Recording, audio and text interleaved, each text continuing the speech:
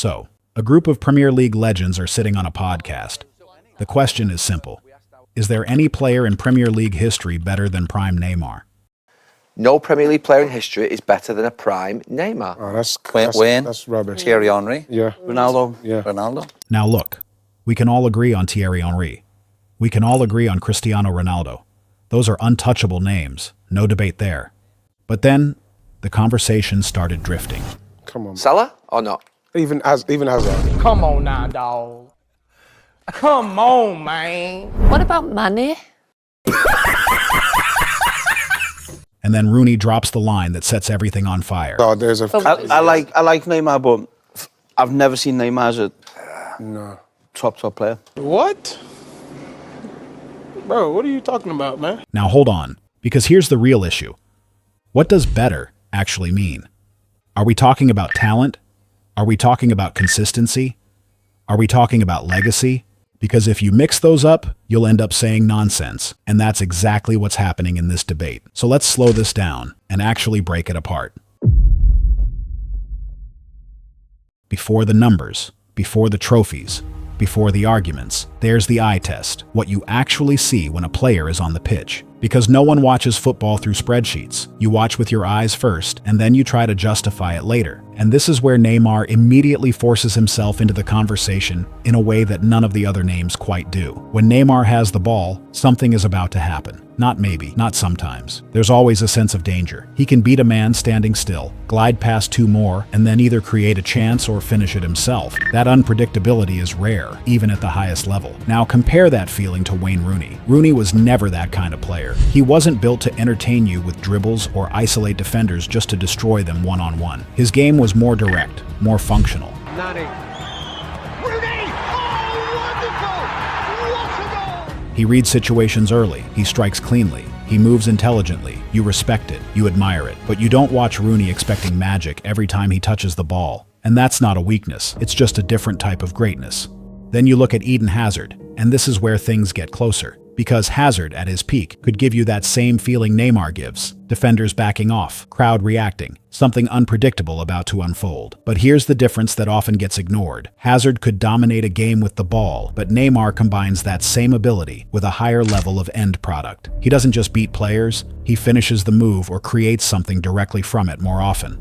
With Mohamed Salah, it's different again. Salah is devastating, but in a more structured way. His movement, his runs, his finishing, all elite. But he's not breaking games open through pure improvisation in the same way. You know what Salah is trying to do. Neymar, on the other hand, forces defenders into situations they can't even predict. And then there's Sadio Mane, explosive, aggressive, direct, a nightmare in transition. But again, his strength comes from speed and timing rather than manipulation of the ball in space. Neymar operates in tighter spaces, under heavier pressure, and still finds ways to create. So when people say Rooney, Salah, Hazard, or Mane are better, you have to stop and ask, better at what exactly?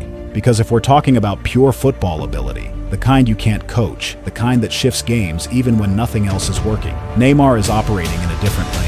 So yes, on the eye test, Neymar has the edge. Not slightly, clearly. His skill set, his creativity, his unpredictability put him above the others in this specific category. But here's where the conversation needs to be grounded, because looking like the best player on the pitch and being the most effective player are not always the same thing. You can dominate visually, beat players, control the tempo of a game, but if it doesn't consistently turn into something tangible, then the argument starts to lose weight. And this is exactly where opinions start to divide. Because for some people, what Neymar does with the ball is enough. The control, the flair, the ability to create something out of nothing, that alone puts him above most players. But for others, that's not enough. They want to see what it leads to. They want to see how often that brilliance actually affects the scoreboard. And once you start asking that question, you naturally move away from the eye test and into something more measurable. What does all that talent actually produce? Because in football, no matter how good something looks, it eventually has to show up in numbers. And that's where this debate gets a lot more interesting.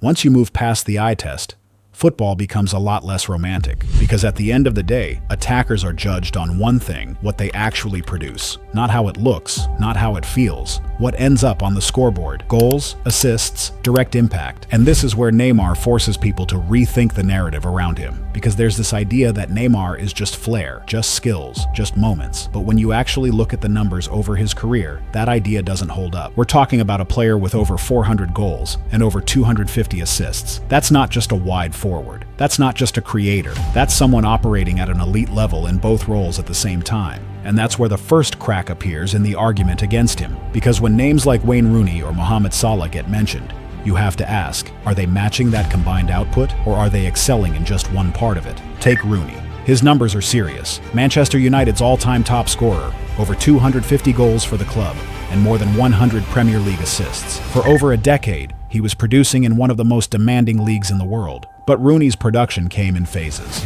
There were seasons where he was the main scorer, seasons where he dropped deeper and created more, and seasons where he sacrificed his own numbers for the system. Neymar doesn't really operate like that. When he's on the pitch, he's expected to do everything: create, score, progress the ball, unlock defenses. His numbers don't come from switching roles. They come from combining roles. And that's why, when you look at total attacking contribution, Neymar edges him. Not by dismissing Rooney's output, but by expanding beyond it. Now bring in Salah, and this is where things get uncomfortable again. Because Salah is one of the most consistent goal scorers the Premier League has ever seen. Season after season, he's delivering numbers that are not just good, they're relentless. 20 goals, 25, 30, and he does it without long breaks, without disappearing for months, without needing to dominate the ball. So if you isolate goal-scoring consistency, Salah has a real argument. But football isn't played in isolation. Because once you widen the lens, Neymar's influence starts to stretch further. He's not just finishing chances, he's creating them, often from deeper positions, often under more pressure, often as the focal point of the entire attack. So while Salah might match or even outperform Neymar in pure goal scoring in certain seasons, Neymar's total involvement in goals, both scoring and assisting, still gives him a broader attacking footprint. Then you look at Eden Hazard, and this is where the eye test and output separate clearly. Because Hazard, at his peak, could dominate a game without necessarily ending it with a goal or assist. He influenced matches heavily, but not always in a way that showed up statistically over time.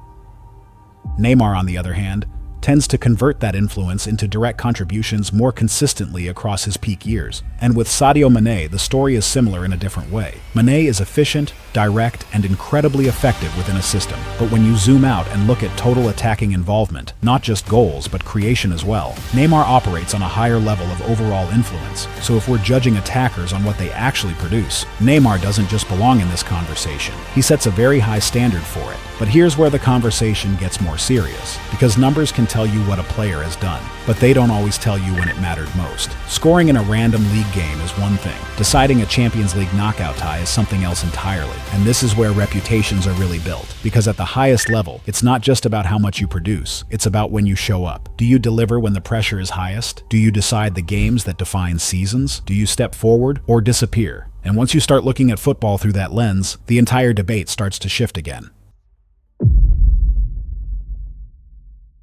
This is where the conversation stops being theoretical. Because at the highest level, nobody remembers how good you looked in October. They remember what you did in the games that define careers, finals, knockouts, title deciders. This is where players either build their legacy or get questioned forever. And when you bring Neymar into this, the narrative around him starts to split. On one side, you have the critics who say he hasn't done enough on the biggest stage, especially later in his career. But then you actually go back and look at the moments properly, and the picture isn't that simple. Because Neymar was a central figure in one of the most dominant attacking eras football has seen at FC Barcelona. In the Champions League, in knockout games, in decisive moments, he wasn't just present, he was decisive. Goals, assists, direct involvement when it mattered. Even at PSG, despite all the noise, he played a major role in taking the club to their first Champions League final. Not a perfect run, but far from invisible. Now compare that to Wayne Rooney. Rooney has the trophies, Champions League winner, multiple Premier League titles, years of competing at the very top. But here's where it gets interesting. Rooney was part of dominant teams, but he wasn't always the defining player in the biggest European moments the way his reputation sometimes suggests. That doesn't take away from his legacy, but it does challenge the idea that he clearly outperforms Neymar in big game impact. Then there's Mohamed Salah. This is where things get tight. Salah has delivered in finals, in title races, in high-pressure moments for Liverpool. Champions League, Premier League, he's been decisive when it matters most, and consistently so. You can't dismiss that. But again, the comparison shifts when you look at how those moments happen. Salah is often the finisher, the one completing moves. Neymar is frequently involved earlier in the chain, creating, carrying, unlocking before the final action even happens. Different roles, different types of impact. With Eden Hazard, the story leans more toward domestic dominance. He delivered in big Premier League moments, in Europa League runs, but didn't quite leave the same mark consistently in the Champions League. And Sadio Mane, a big game player, no doubt. Champions League finals, crucial goals, major contributions in Liverpool's biggest moments. Direct, effective, reliable when it counts. So now the picture is clearer. Neymar is not lacking big moments. That narrative doesn't hold when you actually look at his career. But at the same time, players like Salah and Mane have built reputations on delivering in high-pressure environments consistently, especially in the Premier League and Europe. So this category doesn't give you a clean winner. It gives you a trade-off. Neymar has the moments, the quality, the influence at the highest level. But others, especially Salah, have built a stronger case for reliability in those moments over time. And once you start thinking about reliability, that's where this debate takes its toughest turn yet. Talent and big moments are great, but football is a marathon. You don't just need brilliance, you need to show up, season after season. This is where critics lean on Rooney and Salah. Rooney played at an elite level in one of the toughest leagues for more than a decade. Few breaks, few injuries, constantly adapting to different managers and roles. That's longevity. That's reliability. Salah, similarly, has maintained top-tier goal output in the Premier League year after year, showing minimal drop-off. No extended slumps, no long absences, a model of consistency. Neymar, he's brilliant when he plays, absolutely, but injuries and interruptions have limited his availability. His production sometimes dips, especially in later seasons at PSG. There are stretches where fans wonder if he can sustain the level his talent promises. So on the consistency chart, Neymar doesn't dominate. He's elite, but not as durable as Rooney or Salah over long Premier League-style campaigns. This isn't a knock on him, it's just the reality of his career path.